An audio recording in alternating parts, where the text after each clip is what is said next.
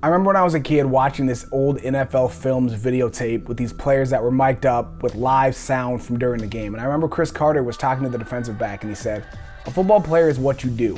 That's not who you are." Now that stuck with me for a couple of reasons. First of all, because most people are talking trash during the game, especially receivers and defensive backs. But here Chris Carter is giving this guy life advice. It also stuck in my head because it was great advice. This is such a problem in professional sports. And this is why you see guys have such a hard time with retirement. Either they're holding on maybe too long, or maybe they retire and go through depression because they don't know what to do next.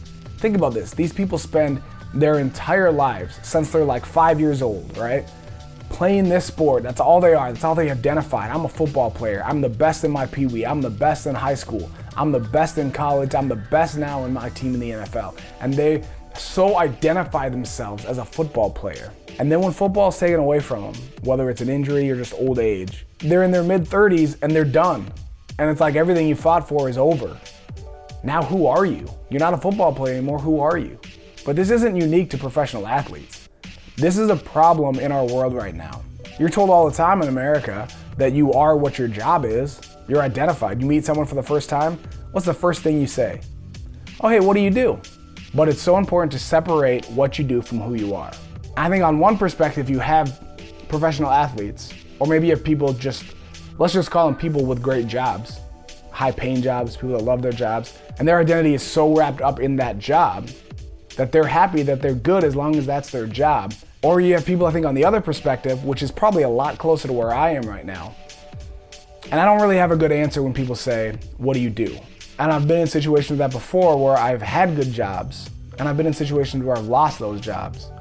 And I've had to answer those questions, "What do you do?" And I don't have an answer for them. But whether you're on this perspective of a great job, or this perspective with no job, your identity is found in God and what He created you to do. And you know what? While I'm on it, your purpose is not just about your job. When you're trying to figure out what God has for you, He's not just talking about your job, what pays the bills. You might work a job over here, but your purpose is ministry over there. Maybe your job is just paying for your mission trip that you're going on. I think a lot of people have issues with working a job because they think that's their identity. So it's like, "Oh, I can't be a cashier at Target because that's not my identity. That's not my purpose. That's not what God created me to do." Well, maybe you're just supposed to work that job at Target so you can pay for your photography that you want to do over here, or your missions work that you want to do over here. Your purpose is not your job. Don't ever get those confused. Identity, purpose, and job are not the same thing. Your identity is in God. It's sound, it's firm, it's a child of God created in His image.